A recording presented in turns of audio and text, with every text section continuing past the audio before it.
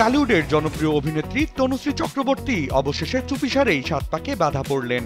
আমেরিকার লস ভেগাসে ছুটি কাটাতে গিয়ে ভক্তদের চমকে দিয়ে সেখানেই চুপিসারে বিয়ে করলেন এই সুন্দরী।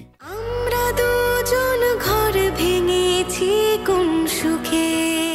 ভারতীয় গণমাধ্যম সূত্রে জানা যায় তনুশ্রীর বর একজন বাঙালি, নাম সুজিত বসু, পেশায় টেকনোলজিস্ট।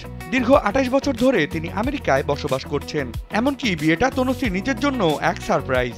সুজিতের সঙ্গে ছুটি কাটাতে লস ভেগাসে গিয়েছিলেন তিনি। অন্যদিকে সুজিত আগে থেকেই বিয়ের সমস্ত আয়োজন করে রেখেছিলেন। তারপর বাবা মাকে ভিডিও কলে রেখেই বিয়েটা সেরে ফেললেন দুজনে।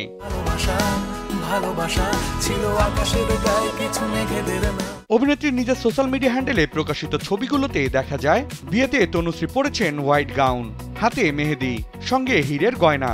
অন্যদিকে বর সুজিতের ছিল সাহেবী সাজ, কালো স্যুটে দেখা যায় তাকে। জানা যায় নায়িকা বউকে সুজিত প্রস্তাব দিয়েছিলেন একটি হীরের আংটি দিয়ে। এদিকে বরের জন্য তনুশ্রী আবার ট্রিপ প্ল্যান করেছিলেন ফ্লোরিডাতে।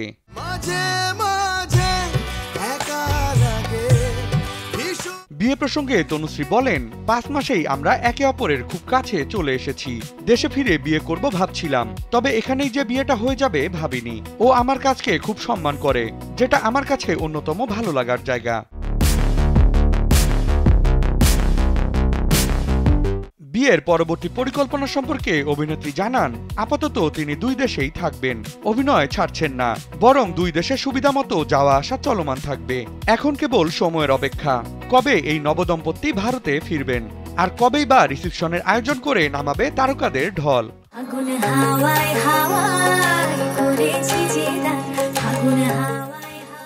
বিনোদন ডেস্ক, কালবেলা।